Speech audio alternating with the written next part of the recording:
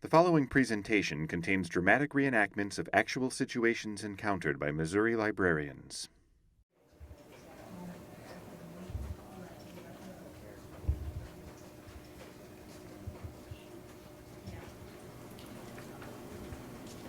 Jody, hi, good morning. Hello, good morning. I'm Tanya Hayes Martin. I'm the librarian from the Fulton State Hospital. Okay. You called and said that you wanted to learn a little bit more about mental illness and how to better serve customers who have a mental illness. Yeah, I'm really glad to see you. We have a lot of crazy people that come through here. Well, that's a good starting point for us. What do you mean by crazy? You know, they're weird. They're, I don't know, different. They don't act like everybody else. Okay, well, not everybody who's different has a mental illness. And terms like crazy or loony tend to contribute to the stigma that surrounds mental illness. What's stigma? Well, stigma is a way of turning a person into a label. It's about disrespect even if we don't mean it to be. Nobody wants to be called crazy. There's a lot of fear of stigma and discrimination because of the stigma surrounding mental illness. So that causes a lot of people not to even seek help when they need it.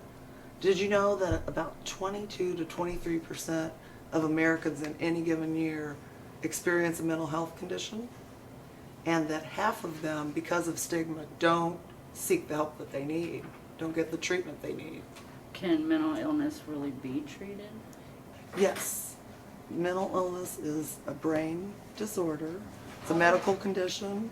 It can be managed with medication, lifestyle management, various therapies, just like any other medical condition like diabetes. Okay. I never looked at it that way before. How can I avoid becoming part of the stigma problem? Well, I'm glad you asked. I have a little fact sheet here about stigma, and there's a list of do's and don'ts that I think is really helpful. Our do's. Do use respectful language. Do emphasize people's abilities and not their limitations. Do tell someone if they express a stigmatizing attitude. And some of the don'ts. Don't portray successful persons with disabilities as superhuman because they don't want any more credit than is due to them. That's kind of patronizing. Don't use generic labels such as retarded or the mentally ill. That stereotypes people and puts them into groups. And don't use terms like crazy, lunatic, manic depressive, or slow functioning. Okay. I'm going to leave this with you, Jody, so you can have it to refer to and so you can share it with the rest of your staff. I think I get it now, but I still have trouble figuring out how to deal with certain patrons. For instance, the guy sitting over there, he comes in every day, sits around for hours, stares at me, follows me with his eyes, but he never says anything to me. And on top of that, he smells bad, and he creeps everybody out. Yeah, it's right over here. Okay, well, first of all, we can't assume that there's mental illness present. Mental illness isn't something that you can always see from the outside. Mm-hmm. It may be that he's homeless and he doesn't have a place where he can regularly take a bath. I know that homelessness isn't a huge problem here in Fulton, but in a lot of the larger urban libraries it is. And they have put posted signs in the restrooms listing agencies where people can go for help and support with basic needs like hygiene and stuff. So information like that might be helpful to this patron. Still, it just looks really strange. Well, now remember our saying that we love to use in the library, you can't judge a book by its cover. Looking strange is no indicator of mental illness. Mm-hmm. And, you know, some people with mental illness look different from the norm, but Right. some are going to look just as normal as you and I. Yeah. And as we discussed earlier, about 1 in 5 Americans will be affected, you know, by a mental health condition at some point in their lives. Wow, that's every 5th customer. That's right, and that's why I'm glad we're having this talk. if we can build understanding, we can break down some of these barriers. People don't choose to be mentally ill. Mental illness has nothing to do with intelligence. And mental illness doesn't discriminate. It crosses all lines, racial, ethnic, religious. It just doesn't discriminate. Socioeconomic status, mental illness can happen to anybody. And you know what may be causing this guy to be so quiet and withdrawn? He may be taking some medications that have embarrassing side effects. Or he could be afraid that if he interacts with you, his symptoms are going to show. It's just so creepy. Well, I think that's a normal reaction. We tend to fear what we don't understand. But keep in mind that people with mental illness are no more violent than the rest of the general population. In fact, they're more likely to be victims of violence because of their mental illness. Okay, so how would you deal with him? Well, just like with any other library customer, I'd treat him with respect. Okay. Well, there are some staff that make fun of him, and they call him wacko. Oh, that's really unfortunate because that perpetuates the stigma that we were discussing earlier. Remember our list of do's and don'ts? One of the do's was to let somebody know if they're expressing a stigmatizing attitude. Mm-hmm. And there's a great opportunity for you to educate your coworkers or even other patrons, about how hurtful stigma is. Okay. But he doesn't seem to be interested in anything. Well, in my experience working with folks with mental illness, they want the same thing that everybody else wants from the library. Of course, special areas of interest are self-help and books on mental health topics because they want to play an active role in their own recovery. People may also be looking to further their educational levels, so they might be interested in the GED programs that you have on the computer and some of the classes. Also, people are going to come, to access the internet and to take advantage of all the resources the library has to offer. You really don't know what any patron wants until you ask them, right? Right. Guess I'll give it a try. Okay. Good morning. How are you today? Well, I guess I'm okay. Can I help you find something interesting to do while you're here? Oh, I used to get the animal magazine. I really like the pictures in it. We have some great nature magazines over here. If you'll follow me, I'll show you where they are. Oh, sure. Thanks. Uh-huh.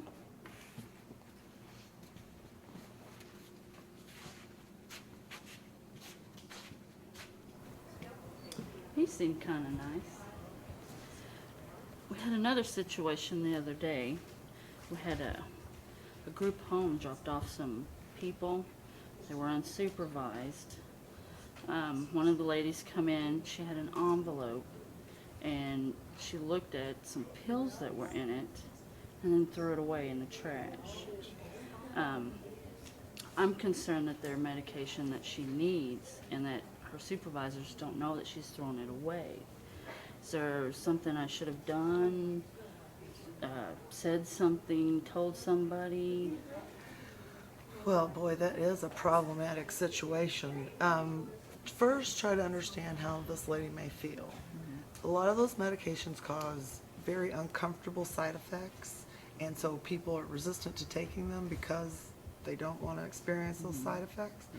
Also, people may start feeling better and think, well, I don't need the medication anymore, and they'll stop taking it.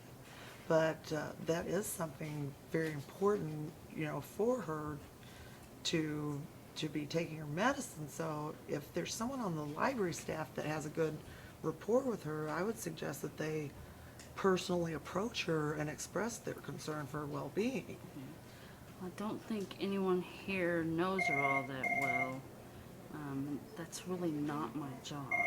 Well, you're right. We don't expect you to be mental health professionals. But since you do have a legitimate concern about this customer, you might want to go ahead and call the agency, the group home, even though they won't be able to acknowledge that she lives there. They won't be able to tell you anything about her because of privacy laws, you can still express that concern, tell them what you saw, and let them know, so maybe they can provide her with that extra support she needs and counsel her about, the need to continue taking her medication. Lots of times people come in and they're desperate for help to help their loved ones with mental illness or substance abuse problems. How can I help them? Well, of course, you can refer them to specific library materials like something on addiction or depression, but I would also recommend showing them the Missouri Department of Mental Health website. Okay. From that page, you can link to something called Network of Care. It's a one-stop resource for people seeking or receiving services from the Department of Mental Health in Missouri. There's a library full of articles that explain different disorders. There's just a wealth of information, some assessment tools. There's also, you can find listings of agencies by county to put people in touch with services.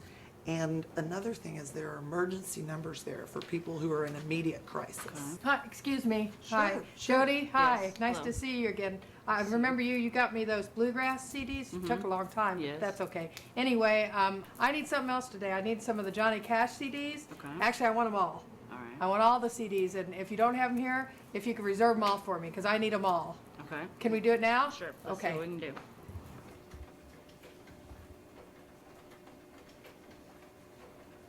Here's the ones I can find here today. Put the rest on reserve for you. Hope those will work. Yeah, these are all right. We're not done yet, though. I have to have the Kenny Rogers CDs. I'm doing something. I need them today. So can we get them now? Well, miss, excuse me, but we have a lot of other customers to help this morning. And I see that you've got so many Johnny Cash CDs already, and Jody's put the rest on hold for you. Don't you think maybe those will keep you busy enough for a while, and then you come back maybe next week and we'll work on the Kenny Rogers? That's an awful lot of CDs to listen to. Yeah, I can make do with these this week, but next week I'm coming back to get those Kenny Rogers CDs, and I expect them to be ready. Okay, we'll be here and ready to help you. I hope so. Okay, I gotta go. Thank you. Okay, I gotta go. Excuse You're me. welcome. Bye-bye. That's great. Can't believe you convinced her to wait till next week. Yeah, well, I wouldn't be surprised if she's not back sooner. But for right now, you're able to do your other work.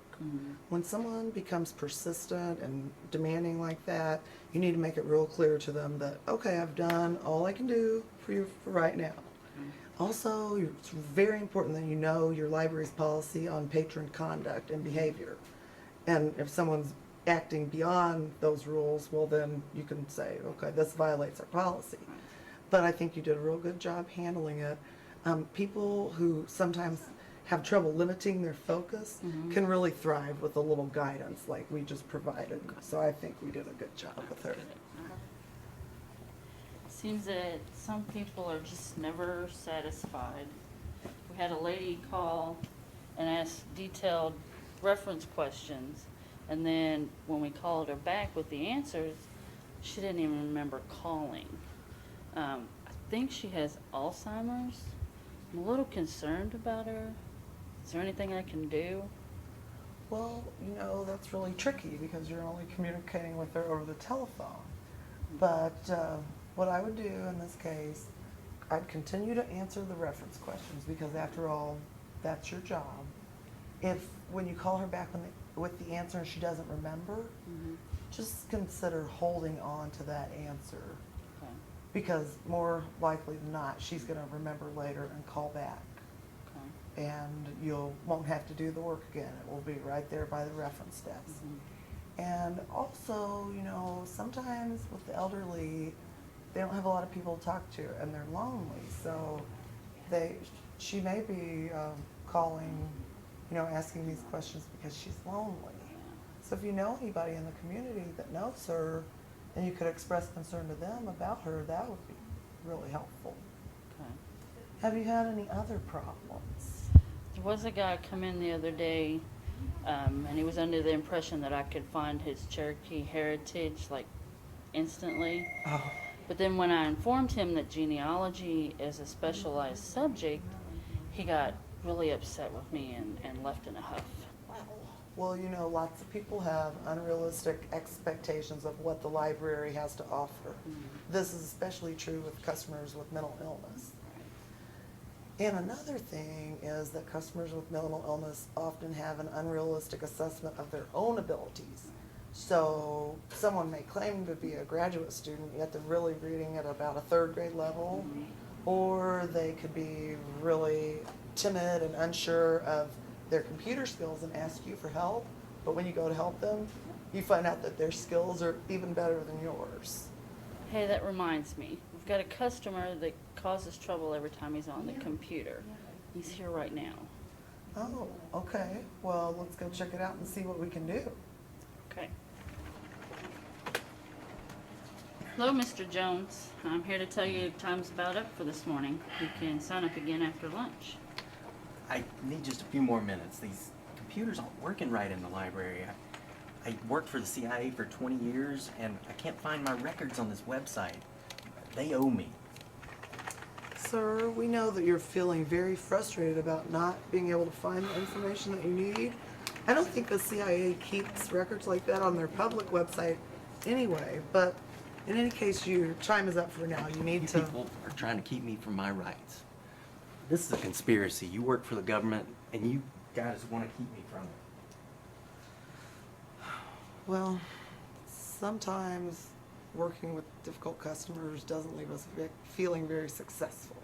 You can say that again. But remember, the library is a principal resource for people with mental illness.